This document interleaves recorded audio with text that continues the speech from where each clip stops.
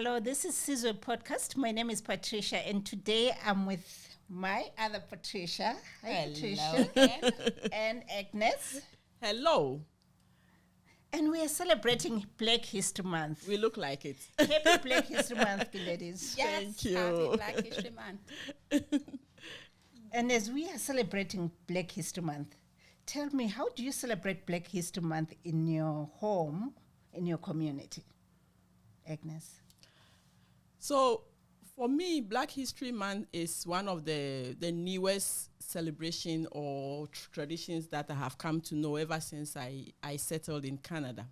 Until I came to Canada, I didn't know anything about Black. I didn't call myself Black.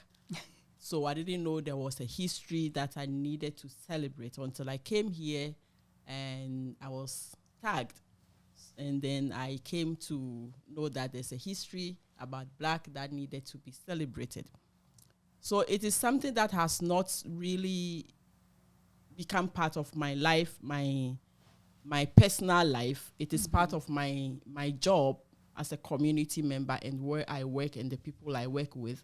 But as a celebration, the way I would change my home setting for certain type of festivals, Black History Month has not been one of those.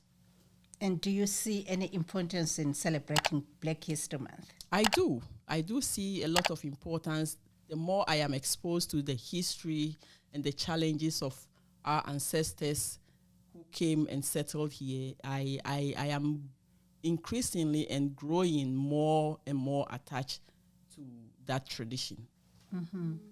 And as for you, Patricia, do you celebrate Black History Month? How do you celebrate Black History Month? Yeah, I think Miss Agnes articulated that very well in the sense that being Black and like acknowledging that whole Blackness was not a thing necessarily prior to coming to Canada, and the history was not a thing necessarily in that sense as in Black history. Like we learned the history about Sierra Leone, like our individual countries, but not really about just Black people in general, right? So coming here and like, I think Black history was like the month itself being named Black History Month was around 2017-ish, if I'm not mistaken. So that's fairly recent too. Oh, okay. So for me, how I celebrate it personally, it's not like any of the other big festivities that I'm like familiar with necessarily. I'm just learning how to celebrate it as we go. Personally, I like to just own my identity and like celebrate with like the outfits that I wear, like try to leave my hair out a little bit more, that natural sort of like piece. And just eat a little bit more of like my cultural food and like stuff like that. I think she's doing great. Yeah, no, and it's true. Like for most times in February when I see Patricia, she is my reflection of Black History Month because everything that I see her wear throughout the month, and now she even eats food. Wow. I just try to prioritize it a little bit more because otherwise we get carried away, right? So you are more conscious of Black History Month. That's than very I good. do. Yeah. Exactly, and try to make it more about me. Then. So what does it mean to you or to somebody who grew up in Canada who's Black? What does it mean to you? What have you come to understand now? Really good question. I think that history in general, again, slavery and stuff like that is not stuff that we learned back home necessarily. Yeah. Coming here, we've learned a little bit about slavery. We've gone through the waves of emotions that come with that. And I think Black history in general, for me, now I have come to understand as an opportunity to learn a little bit more about the Black people that were here before me and how they paved the path that they have paved for me to be able to feel and experience the freedom that I experience today. So just learning about our history, the good, the bad, and the terrible, because there's all of that. This year. And Agnes, for you from Ghana, Yes. there is a port where slaves were coming from. Yes, the gate of no return. The gate of no return is yes. in Ghana. And Yes. what did you learn about that? Okay, so for me in Ghana, it's part of one of the opportunities that you get to go on a field trip, to go to Cape Coast, to go to the castle, and then you are taken through the places where the slaves were kept before they went for their last bath, and then they were taken through this narrow path into the ships that presumably took them across the great ocean. But you know the funny thing, none of those things meant anything to me when I was in Ghana. We were it was part of a trip of maybe a history class that some time passed, and we didn't even know how long it was that some of our ancestors were taken across the ocean to the other part of the world. We didn't know the atrocity and the challenges they went through. We were only told that they were taken out of this land to go to the other part of the world. That was how I grew up with the history about slavery. There was not so much. I even, when I became an adult as a teacher, I even wrote a drama book where I taught my kids to perform that slave route, depending on what I learned from these field trips. So that was how much I knew. There was no celebration set aside in Ghana for people to celebrate a whole month of people being taken into slavery. No, there was nothing like that. And now you have a new understanding of what they went through. Yes, so for me, like I said, to come here, to even be tagged as black was something. That now I am black and I have a history, and the history is not palatable. Not at all. Not at all. And every day, the more I learn, the more stories that I read and I listen to, it really broadens my understanding of what really was this whole slavery thing that was just maybe a book of 500 pages had about only 4 pages about slavery. That was all. So if I have a history book in Ghana about 4 pages of a whole curriculum talks about slavery, and that is not what I see here. That's not what I have read here. That's not the picture I'm seeing. And I don't know, the emotions really sometimes get to me. Yeah. And Patricia, what do you think of Black History Month as we are celebrating now? Looking back, what do you think? Like, I would definitely agree with everything you've said. I remember one of the papers I wrote for my bachelor's, and I was just reflecting on how it's very interesting that we're learning about slavery from the Western perspective as well, and in the Western world, but I don't remember that knowledge being gained when I was back home. Yeah. Right? Yeah. And now we get to learn about all the depths and how, like, what happened, what didn't happen from the same source that perpetrated those challenges. Yeah. Yes. It's like, it's quite interesting. So for me, Black History Month, though, I feel like the more I learn about the history of our forefathers, because I think it highly depends, whether or not you choose to celebrate, it really depends on what lens you are looking at it, and how much you allow yourself to be exposed into the resources that are there. Exactly. Yeah. Exactly. Because there's a lot of rich information about the people that fought for us to be able to sit down like this today, yes, and talk about and have these conversations, right? Now, if we say because of what the other side did, we're not going to acknowledge and celebrate and learn about and have conversations about these people that fought our way to where we are today, then we're missing out on a lot. And that's just my own perspective about the whole Black History Month. And now we are able to be in spaces where they were not able to go. Yes. And now we are able to work different jobs that they were not able to attain. Allowed to, yes. So there is a reason for us to celebrate. Yes. Absolutely. And Patricia, you have a lot of dates there. So can you remind us of the days of when things happened?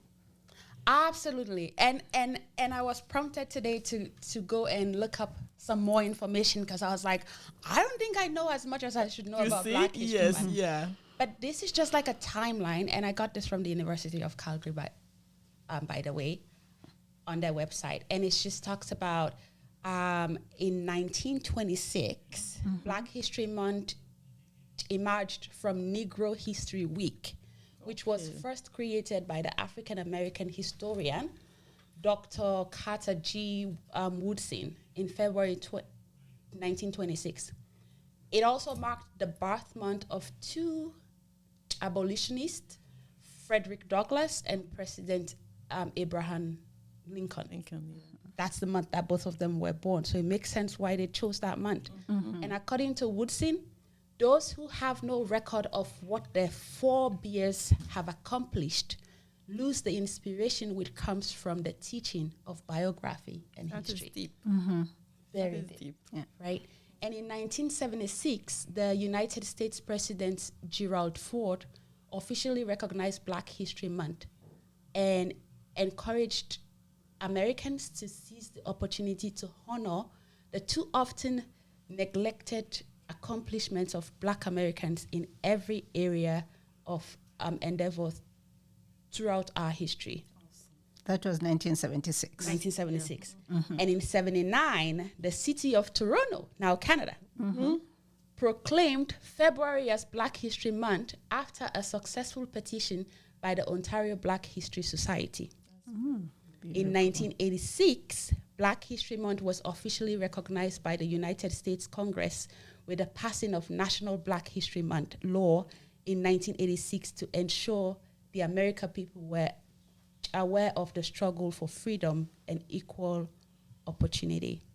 In 87, Black History Month was first celebrated in the United Kingdom and Ireland. 87, how many years 87. after the first one? After 1926. From 26 Wow. to 87, Do the math. right? And in 88, the first Black History Month in Canada was observed. 88. 1988. Wow. They observed the first Black History Month in Canada. 96, the first Black History Month in Canada was declared on February 1st, 1996, following the anonymous approved motion in the House of Commons. 2008, Wow. the Senate of Canada anonymously approved the February 2008 motion by Senator Donald Oliver to recognize the contributions of Black Canadians on March 4th, 2008. And I think this will be the final one that I would like to talk about. In 2010, the Canadian Museum of History marked the courage and achievement of Black pioneers by creating and exhibiting on the Tully School of Amber Valley. I think We went there. that place. Yes, right? yeah. Where is that? The Amber Valley, I think it's one of the settlements in Alberta where the first few Blacks that settled in Alberta settled. Yeah. Okay. And the Breton Library. Yeah. Yeah. Yeah, it says in Oklahoma here, a one-room all-Black schoolhouse attended by Black settlers who arrived from Oklahoma between 1908 and 1911. 1908 to 1911, and it's a one room. One room classroom. Wow. And here is where it talks about David Shepherd, because in 2017, the government of Alberta officially proclaimed February as Black History Month in Alberta on January 31st, 2017. 2017. 2017 In Alberta. In Alberta. Alberta. Yeah. Wow. And the advocacy was led by David Shepherd. Yes. Wow. MLA David MLA, Shepherd. yes, yeah. David Yeah. Shepherd. Yeah. So a lot of history there to digest. And a lot of emotions attached to that. Yeah. Yeah. Yeah. And you look at that timeline, right? Because from 1926. So 26. that's where I say it depends on the lens you look at it. Because if you say I'm so upset with everything that happened. I'm not even going to acknowledge this month because I think we should celebrate this every day, which we should, and that's a personal decision, right? Yes. But you disregard all of the effort and the from fighting. 1926 Yes. up That people until now. up to And all the work that's being done by That's other yes, people. very good. So Yeah. we cannot just dismiss that. Yes. No, Yeah. no, we shouldn't. Yeah.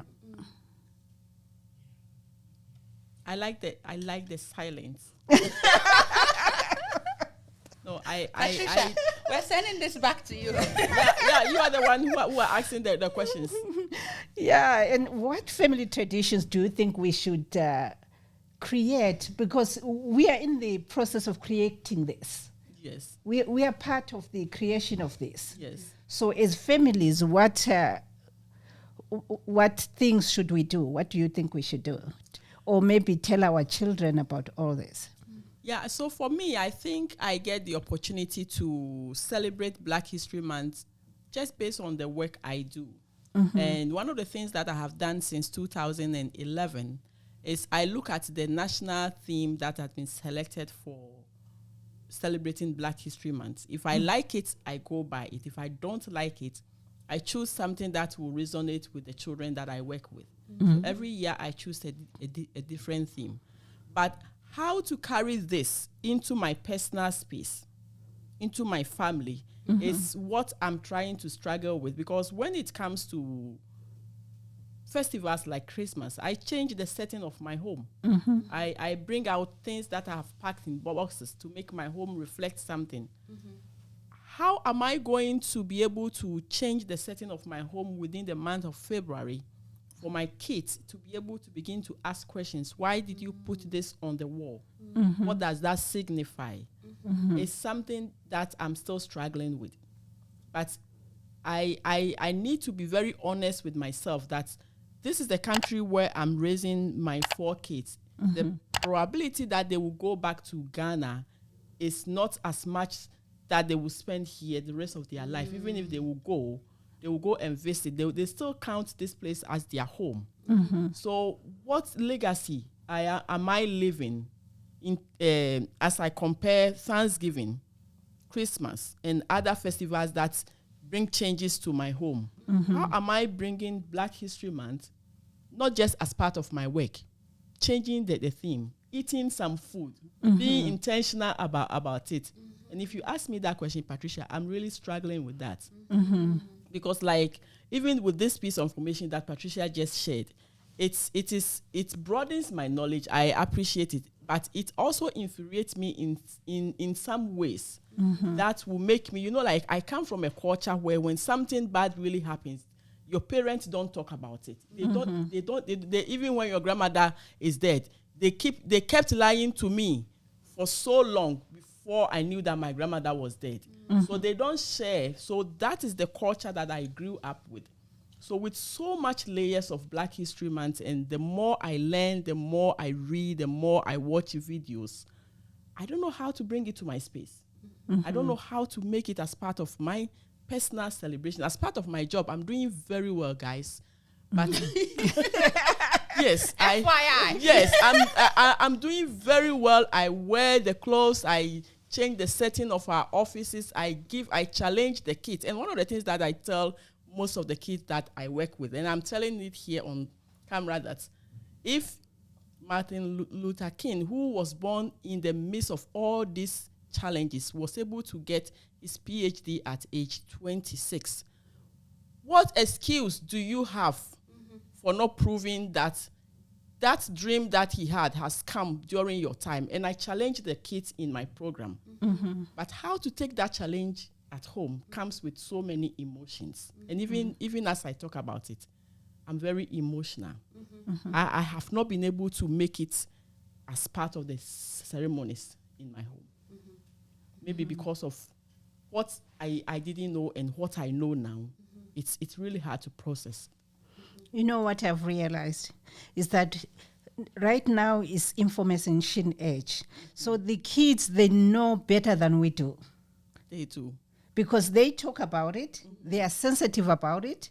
sometimes even more than us, because they are living in this country. They are black, they are minorities.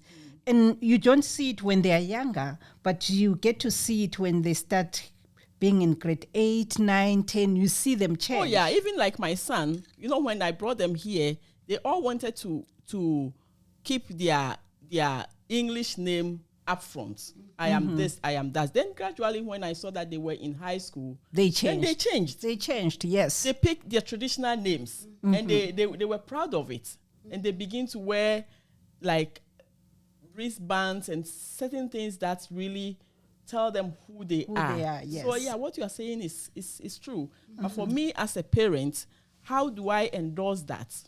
How do I make it that when I am gone in 100 years, my grandchild will say that when my grandmother was alive, every February, this is what we do.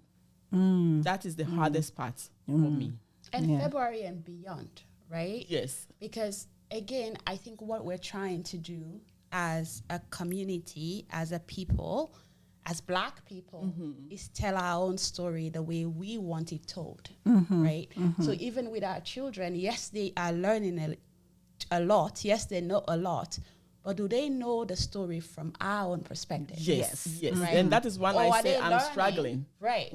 Or are they just learning from the same sources that we learned from before we were able to reshape our knowledge with the actual truths of what we were not told? Yes. Right?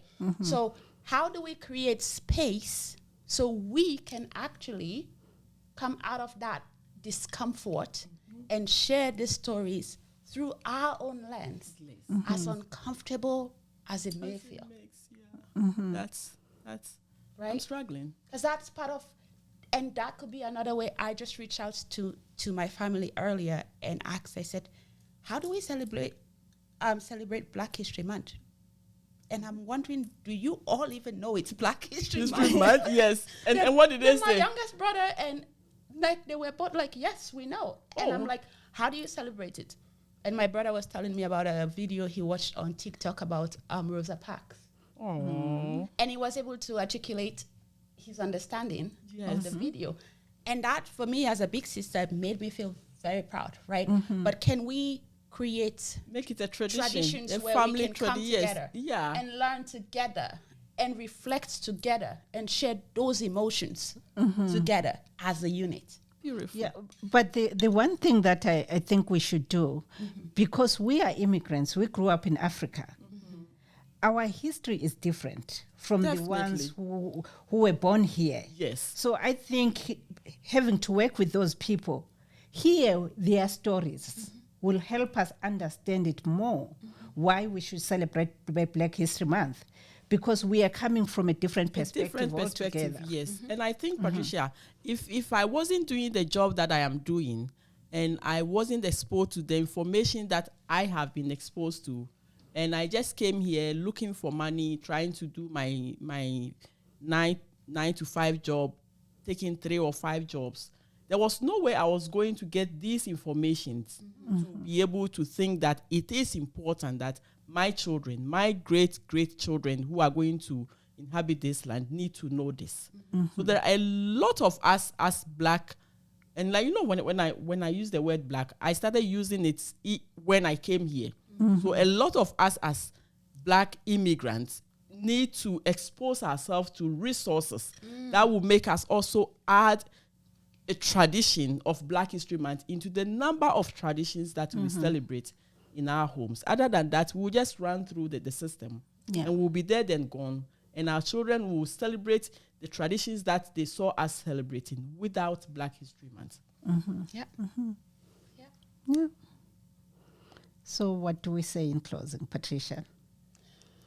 I think to close with everything that Miss Agnes has said, I am definitely on board with all of that. And I think another important piece would be if we don't make time to teach, to discuss, to have these conversations, even the traditions that we came with, we will not be able to pass it on.